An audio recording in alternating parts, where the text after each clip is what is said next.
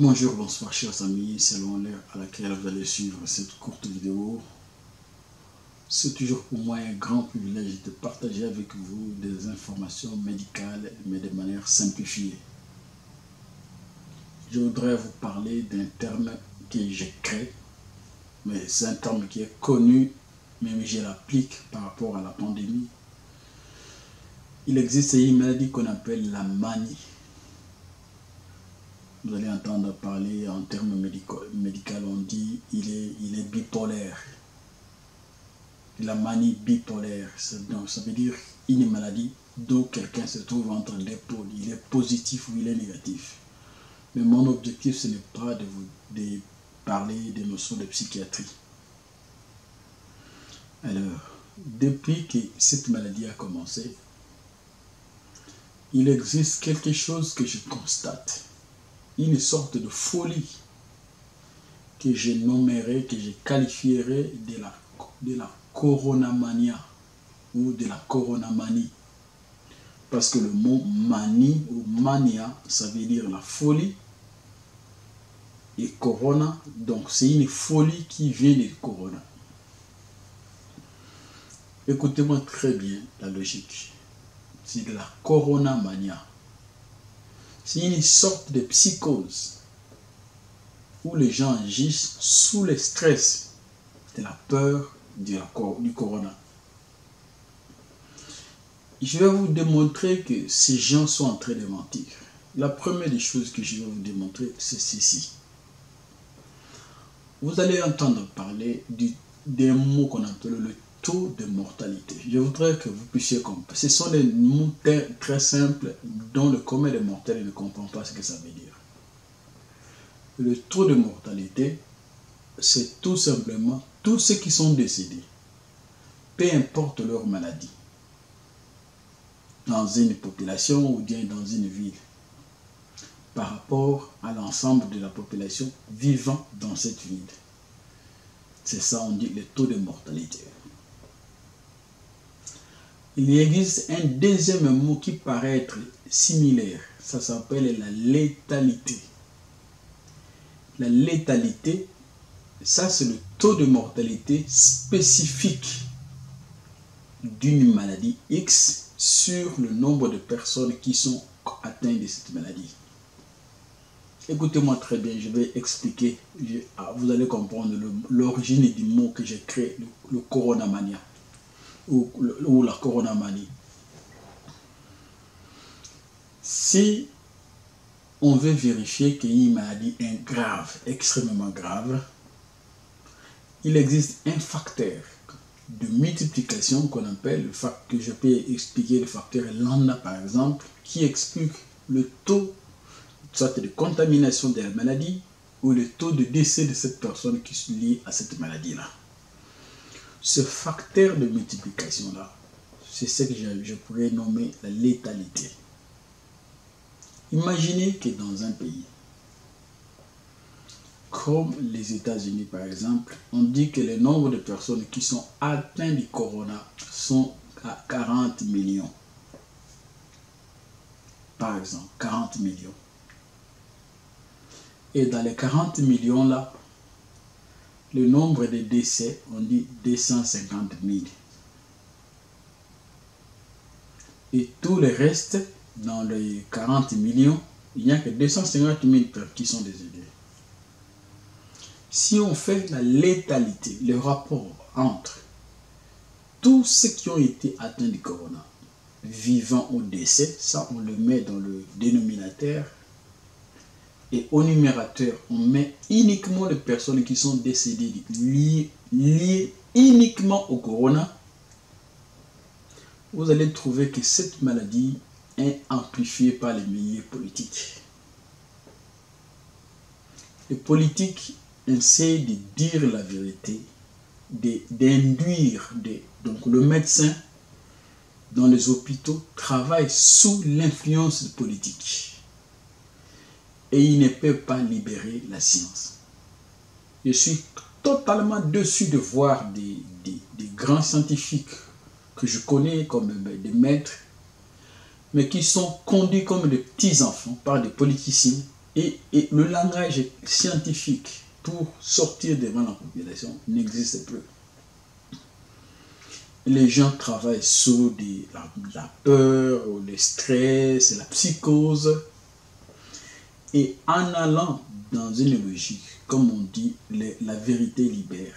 Si vous avez commis une erreur dans une démarche scientifique, vous allez toujours continuer à commettre des erreurs, vous ne parviendrez pas. À moins que vous puissiez arrêter pour dire non, vous faites une auto-évaluation, du que non, je vois que la méthode que nous avons prise, elle est fausse.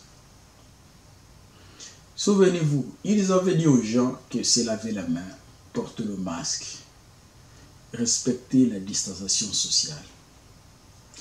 En appliquant ces mesures et toutes les autres mesures que chaque pays avait, même des confinements total ou partiel, aucun pays n'est parvenu à éradiquer cette maladie. 2 ans après. Est-ce que ces gens ne peuvent pas s'asseoir pour évaluer? Est-ce que la méthode que nous avons fait est incorrecte? Ça, c'est la première des choses. Deuxième élément, il y a un article que je vous prie, qui a été publié dans le journal Oxford Academia. Ça a été, je crois, le 25 juin 2019. Entre le 21 et le 25 juin 2019. C'est cet article qui a été publié par 36 chercheurs qui a prouvé pour la première fois l'existence d'une transmission aérienne du corona. Ça a été publié dans ce journal-là, Oxford Academia. Ce site-là qui avait publié. Et si vous lisez cet article-là, vous allez trouver les schémas, le modèle de transmission aérienne qu'ils ont décrit. Ça veut dire dans une maison, moi je suis ici et quelqu'un d'autre se trouve à une distance peut-être de 5 mètres. Quand moi je tousse, j'éternue, même quand vous portez le masque, même quand je parle là, les salives, les petites salives tombent ici devant moi, donc moins de quelques mètres, ça tombe devant moi. Mais les salives en termes de poids exprimées en micro, ces salives-là sont suspendues. Vous ne voyez personne, vous ne pouvez pas le voir à l'œil nu. Ces salives-là, à cause de leur poids suffisamment faible, sont suspendues dans l'atmosphère. Et ce sont ces salives-là qui contiennent le particules comme la tuberculose, les maladies des virus d'origine respiratoire. Ce sont ces particules-là qui sont suspendues dans l'atmosphère, qui font que, dans cette expérience-là qu'ils ont trouvée dans le laboratoire, qui est du fait que quelqu'un quitte le vent, quitte d'une région à une autre, ces vents-là transportent ces microbes. Et il y a possibilité que quelqu'un qui se trouve, même si il est situé à une distance de 5 mètres de moi, du fait que le vent circule dans ce sens, pendant que moi j'éternue, cette personne a la possibilité d'inhaler et d'attraper cette maladie. C'est ça l'expérience qui a été faite dans le milieu des 36 professeurs en Grande-Bretagne qui ont prouvé l'existence de la transmission aérienne de la maladie. Et ça a été encore prouvé en Allemagne, dans une société où les gens travaillaient à une distance de 8 mètres d'espace. Les gens étaient espacés de 8 mètres. Ils travaillaient et on avait amené quelqu'un qui avait le corona pour évaluer si la distanciation sociale pouvait réussir lorsque les gens travaillent à une distance de 8 mètres. Tout en conservant la distance de 8 mètres dans cette société-là, plusieurs personnes ont été atteintes du corona. Cet article, vous pouvez encore le trouver sur Internet. Ceci prouve que la distanciation sociale n'a pas résolu le problème. On dit publiquement, espacez-vous de 2 mètres, alors que là où les gens sont espacés de 8 mètres, la maladie se transmet. Donc, ceci sont des évidences que ces gens ont amené la population mondiale dans une série de mensonges qu'ils ne peuvent plus réparer. Je vous ai dit encore que le test auquel la population mondiale est soumise, c'est là qu'on appelle en anglais le PCR en temps réel. Donc c'est la polymérase chaîne réaction, une réaction de polymérase au niveau de l'acide nucléique. Cette chaîne-là, cette réaction-là, tel que ça s'est fait, donne des résultats qui sont, on appelle ça des faux positifs et des faux négatifs. Si vous ne comprenez pas ce que ça veut dire, le faux négatif et le faux positif, ça veut dire vous êtes atteint, vous avez le corona, mais vous allez faire ce test, on vous dit que vous n'avez pas le corona. Et voici comment ça se justifie. C'est facile, c'est simple. Comme quelqu'un disait que ce qu'on connaît mieux, s'énonce les mots pour le dire, s'énonce aisément. Pour prouver que le test auquel on fait subir les gens, même dans le voyage là, c'est une perte de temps, voici une démonstration pure et simple. Lorsque les variants Delta a commencé à naître, ils ont dit aux gens, personne ne peut voyager d'un pays aux autres, d'un pays à un autre, sans avoir un certificat attestant que le PCR est négatif. À ce moment-là, il n'y avait que l'Inde qui avait le variant Delta. Et tous ceux qui quittaient l'Inde devaient se munir d'un test PCR négatif. Ça veut dire, une fois que vous avez le test PCR négatif, automatiquement, d'après leur logique, vous n'avez pas la maladie. Et ils ont pris des mesures, on ne reçoit pas les gens de tel pays, surtout les pays africains, on a malmené, l'Union européenne a refusé les ressortissants de toujours, parce qu'on voulait que la maladie puisse s'arrêter en Inde. Je vais vous poser la question, pour faire comme une sorte d'ironie, comment après que les gens se déplacent avec des cartes de PCR négatifs, comment ils peuvent justifier la propagation ou bien la propagation des cas de Covid, des cas du variant Delta à travers tout le pays du monde. Comment ils peuvent justifier ça? Comment ils peuvent justifier? Si vous avez une bonne logique, ça s'appelle le cartésianisme, la raison. Vous allez comprendre que ces gens mentent. On est devant une situation où moi j'ai beaucoup d'argent, je vous donne l'argent, je vous dis monsieur, vous êtes un scientifique, faites-moi une étude pour prouver que A plus D de 1 plus 1 égale à 3. Et parce que vous avez reçu mon argent, moi-même je vous ai dit des conclusions qui aboutissent. Je voudrais voir si 1 plus 1 égale 3. Je vous finance, vous faites vos études, à la fin vous allez trouver à ce que moi je vous ai dit. C'est exactement comme ça que les choses fonctionnent. Plusieurs médias, plusieurs personnes, les hommes riches, ont investi beaucoup d'argent. Pour vous qui allez suivre cette vidéo, qui vivez aux États-Unis par exemple, vous vous souvenez, avant qu'ils ne disent l'apparition du vaccin Pfizer, la chaîne CNN avait divisé son écran. Il y avait sur l'écran de télévision de CNN la rubrique, le nombre de cas de décès par jour, le nombre de contaminés par jour, le nombre de toute la population atteinte du corona par jour. C'était de rubriques, ça se trouvait sur la chaîne CNN. Depuis le jour où ils ont dit que Pfizer a mis au point le vaccin, ils ont supprimé cette rubrique. Comme on dit, la foi vient de ce qu'on entend. On vous donne de fausses informations. Le vaccin, c'est le rempart final. Une fois que vous avez pris le vaccin, c'est fini. Il faut que tout le monde puisse se faire vacciner. Il y a une étude qui est faite la semaine passée, qui a été publiée la semaine passée dans le journal qu'on appelle en anglais, c'est le New England Journal of Medicine. C'est un journal britannique qui diffuse uniquement les informations médicales. Vous pouvez lire ça, vous allez trouver. Une étude a été faite au Qatar et en Israël sur un échantillon de plus de 900 000 personnes. Parce que dans ces deux pays-là, il y a au moins plus de 75% de la population ont reçu uniquement du Pfizer, du vaccin Pfizer. Quel est le résultat? Les résultats ont prouvé que après avoir reçu la deuxième dose du Pfizer, 2 mois seulement après avoir reçu la deuxième dose du Pfizer, les anticorps qui sont en vous liés à cette immunisation active vont chuter de manière drastique jusqu'autour de 20%. Et ça continue à descendre juste 2 mois après la vaccination.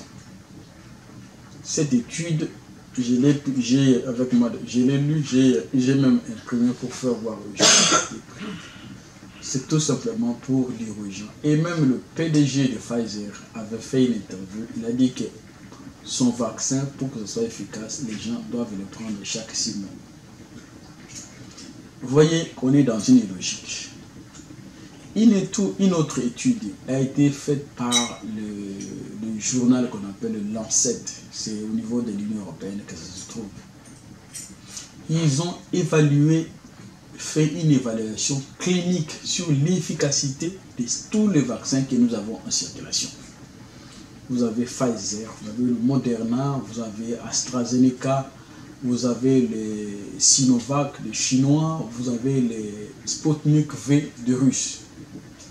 L'étude clinique sur les patients a prouvé que les vaccins de Russes avaient un large spectre, était le vaccin le plus puissant sur le plan clinique.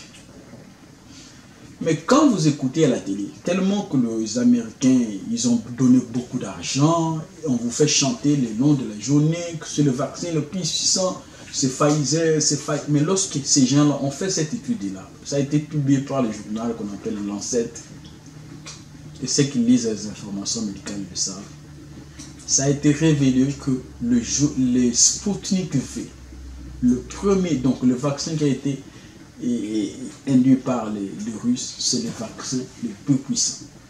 Et comme les Russes ne font pas beaucoup de publicité, ça donne l'impression que celui des Américains, c'est celui qui est puissant. Et toutes ces informations prouvent noir sur blanc que le monde est en train de vivre dans une psychose. Je vous ai fait voir autrefois le monsieur qu'on appelle Anthony Fauci, qui est le numéro 1 des CDC ici aux États-Unis, qui disait aux gens que une fois que vous avez pris le vaccin, même entre vous qui avez pris le vaccin, vous pouvez ne pas porter le masque. Parce que le vaccin est efficace à 99%, 98%. Le même monsieur qui commençait à dire ça, dit maintenant aux gens que même pour cette année 2021, les gens ne vont pas les fêter pour le Noël, faire des rassemblements, les gens ne vont pas les faire. Même les gens qui sont vaccinés, même si vous avez reçu le vaccin, vous devez continuer à toujours à porter le masque. Le même monsieur qui disait autrefois que le vaccin, c'est le rempart final. Prenez le vaccin, ne portez plus le masque. Il est retourné pour commencer à dénier ce qu'il disait autrefois. Vous voyez, tout cet ensemble, que quand on écoute les gens qu'on est censé, qui étaient censés être la référence, assurer la population, prouve que le monde entier vit dans une psychose. Et cette psychose-là, qui est liée au corona, ça s'appelle ou bien la coronamanie, ou bien le coronamania. Et c'est ça. Vous allez trouver dans les hôpitaux tous ceux qui ont des prostates, tous ceux qui ont des cardiopathies, tous ceux qui ont des maladies rénales, des maladies hépatiques. Quand quelqu'un décède à la suite soit de son âge, d'une mort naturelle, on va toujours dire « oh, corona ». Une cardiomyopathie dilatée, une bronchopneumonie chronique obstructive, donc aujourd'hui, tout cas de décès, pour gonfler les chiffres, pour faire voir aux gens que la maladie existe réellement, on dit que c'est corona. Mais si on fait la létalité, uniquement le nombre de personnes qui sont décédées, uniquement, je dis très bien uniquement du corona, vous allez trouver que cette maladie n'est pas un monstre, comme on le dit. Et ces gens ont utilisé les médias, ils donnent beaucoup d'argent, ils diffusent de fausses informations. Alors j'ai jugé bon de partager avec vous, c'est seulement de la réflexion. Ceux qui ont étudié, qui ont fait les scientifiques, ils savent René Descartes. C'est la raison. Vous dites aux gens, restez en quarantaine. Des semaines, vous bloquez les gens restent chez eux pendant 1 mois, 2 mois. Vous dites non, c'est pour arrêter la propagation de la maladie. Les gens ont respecté. 1 mois, chacun était fermé. Après, ils ressortent. Vous dites aux gens, oh non, la maladie est encore très... Dites aux gens maintenant, pendant que les gens, chacun était resté chez lui, comme dans les pays européens, les gens respectent à 100%.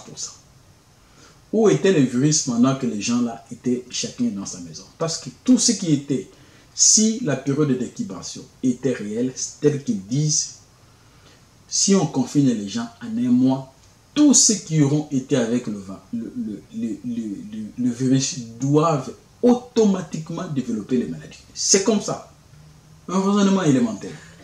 Si la période d'incubation est de 2 semaines, tous ceux qui ont été en contact avec le virus doivent, c'est une obligation, ils doivent développer la maladie dans 1 mois. Mais vous allez confiner les gens pendant 3 mois.